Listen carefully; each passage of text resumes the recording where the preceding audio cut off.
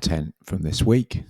Let's have a closer look at what you are going to learn to be able to do in this unit. So, in terms of the skills that we're going to be working on, we're going to be working on a number of, I guess, what I would call research foundations. And again, the really important thing to understand is that one of the most important methods that you can learn, or one of the most important skills that you can learn in deploying research methods, is learning to develop a really strong sense of why you are doing research. What are the concepts that you are trying to explore? You can't use a research method without having an overall conceptual framework of how you think media influence the world that we live in. And you can't do research without understanding the state of the field. That is, as a media researcher, you are going to be addressing a particular audience of people who either know about media research as it exists, who know about what media researchers have discovered about the social impact of the media, or people who don't know that, who you are trying to explain the state of the field to. In either case, what you need to be able to do is you need to be able to explain what we already know based on scholarly evidence on media influence. And therefore, the first method that we're going to be working on in this unit quite intensively, because it's arguably the most important thing that you will learn to do, is how to comprehend, explain, and use published media research. So we're going to be spending a lot of time reading existing media studies quite carefully, thinking about what it is they're trying to do. Are they trying to raise questions? Are they trying to answer questions? If they're trying to answer questions, how are they answering those questions? Through particular techniques of gathering methods.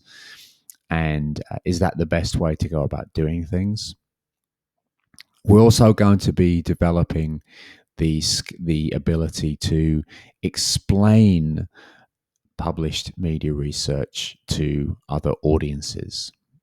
This is crucial because one of the challenges in media research is that very often when you find media research being discussed in the public realm, it's either discussed in a way that doesn't really understand what the research is saying, or only reports a small section of what a research report says, and really kind of, in being selective, gives a very misrepresentative sense of what media researchers think about the social impact of media. So we need to develop our skills to comprehend, explain, and use published media research. We also want to be developing a general sense of how the different ways that media can be said to have a guiding influence over society. In order to do any research successfully, I think you need to have a kind of an overarching set of ideas about how generally media interact with society. And I'll jump ahead. I mean, I think one of the things that we're going to be discussing here is that very often when you hear media influence being discussed in the public, it's in the form of causal relationships. Very often we hear about questions about how do media cause things to happen? How do media make things happen? And in this unit, we're really going to be making a subtle but important shift. We're not going to be asking how media make things happen, but rather we're going to be asking how media are involved in social processes.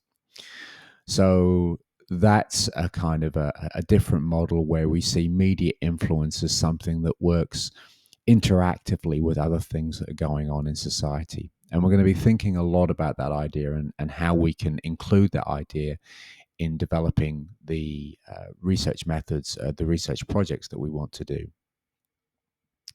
The third thing we're going to be doing, which is really important, is learning how to pick particular case studies, that's particular topics and particular ways of gathering evidence about how those topics work to address general media effects. Now, I've put down here general conditions of mediatization. The reason I've put that down there is mediatization is a way of thinking about media's social impact that posits that one of the distinct aspects of modern life is that media use has become really kind of impossible to separate from social experience. That a range of social institutions, political institutions, economic institutions, educational institutions really can't function in the absence of media resources. And so the mediatization suggests that social, organizational, political, economic life, all of these things are things that are conducted alongside the presence of media technologies and practices. So we're going to be thinking about how we can use that general model to guide the sorts of research projects that we do. We're also going to be thinking about research ethics. This is very important. What are the ethics of what we do? Who are we trying to serve? How can we treat people who we study in an ethical manner? But also, how can we behave ethically? That is, behave with an eye toward social good within the wider community. And then the last thing we're going to be doing is learning where we can use the things that have happened to us in relation to our media experiences as an appropriate research tool. So hang on to this this short video and maybe check back on it, because that's a kind of a decent overall summary of what we're going to be doing, the kind of the basic goals, the basic objectives that we're going to have this semester.